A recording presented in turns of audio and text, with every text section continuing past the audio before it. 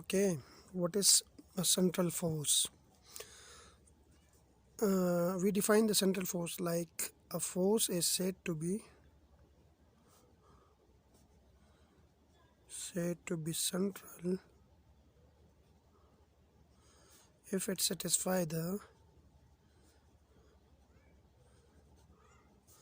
the following two conditions.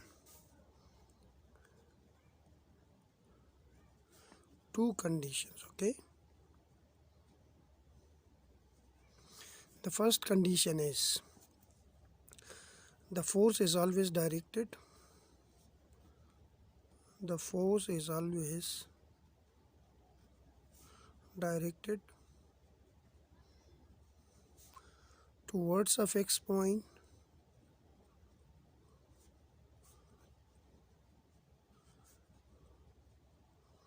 or directed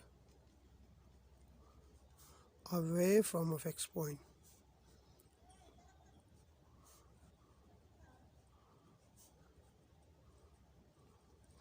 Suppose we have a fixed point. If the force is always directed towards this fixed point,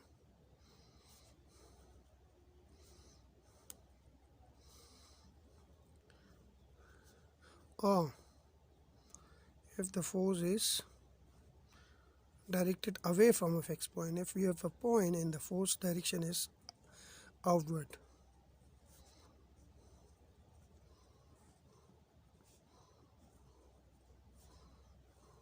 The arrow here shows the direction of force. The fixed point which I represent by O, and suppose we have another point M. Now if the force is always directed towards a fixed point, like the arrow direction is inward here, so it means the force is directed towards O. Here the arrow direction is outward, so the force is directed away from a fixed point, yes. This is first condition, and the second condition is the magnitude of force. The magnitude of force depends only on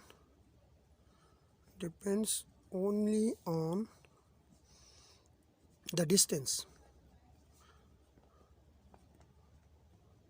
from O to M, from fixed point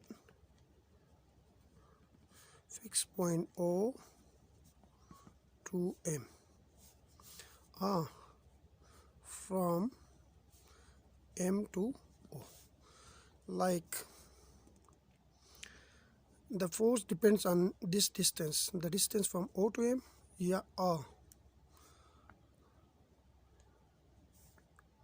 O to M or M to O.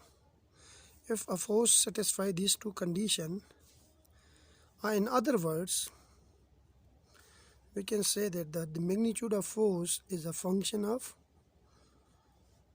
distance between 2 points. The 2 points are O and M. Then such kind of force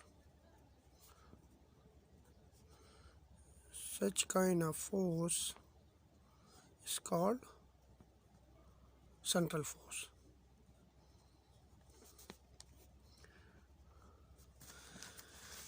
Here I will give you a few examples. Suppose we have two masses, M1 and another mass is M2. They are separated by a distance r from each other. Then according to Newton's gravitational law, the force of attraction between these two masses is given by this relation G M1 M2 over r square, where G is a constant, M1 is the mass of this body, M2 is the mass of this body, and r is the distance between these two particles. If we see here,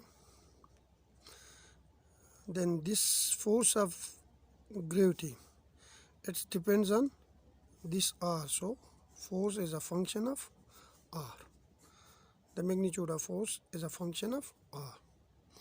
Another example is, first example is gravitational force. Okay,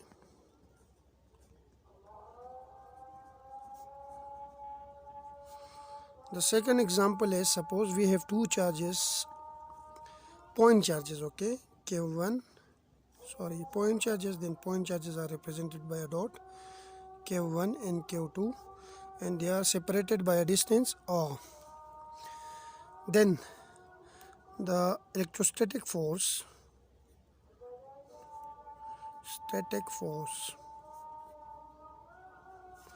is given by Coulomb's law,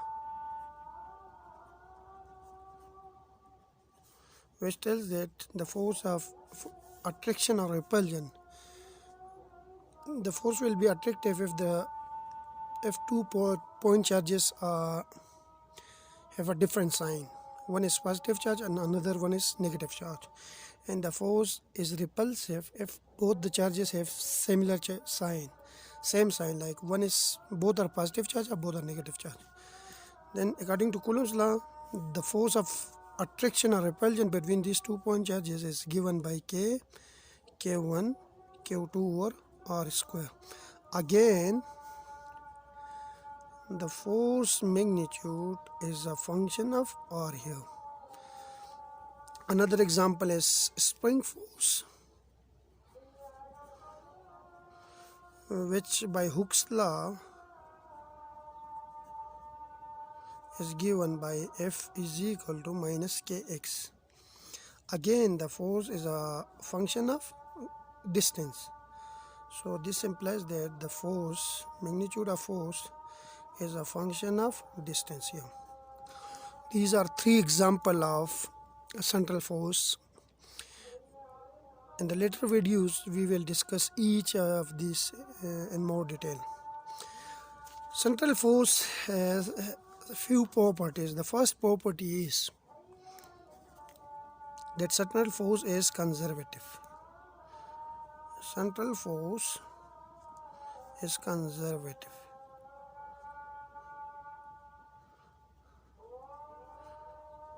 What it means? It means that the total energy of the system in a central force field is always constant. This is one property of central force. The second property is angular momentum. Angular momentum is also conserved.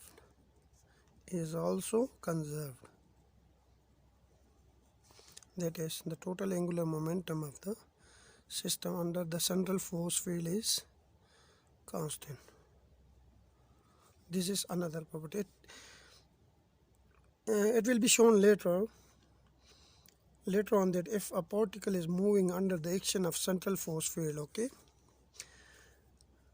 and if there is no any other kind of force acting on the particle, then we can say then the angular momentum is conserved. We will prove these properties each one by one in our later videos. And the third property is the path of the particle must be plane curve. The path of the particle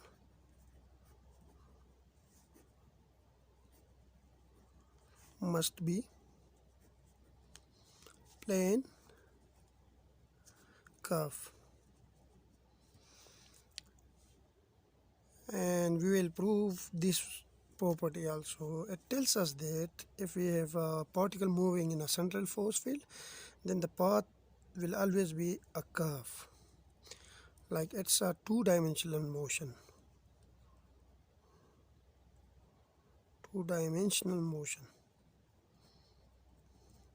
Like the particle always move in a plane, not in a three-dimensional path. So in the next video we will move forward. Thank you.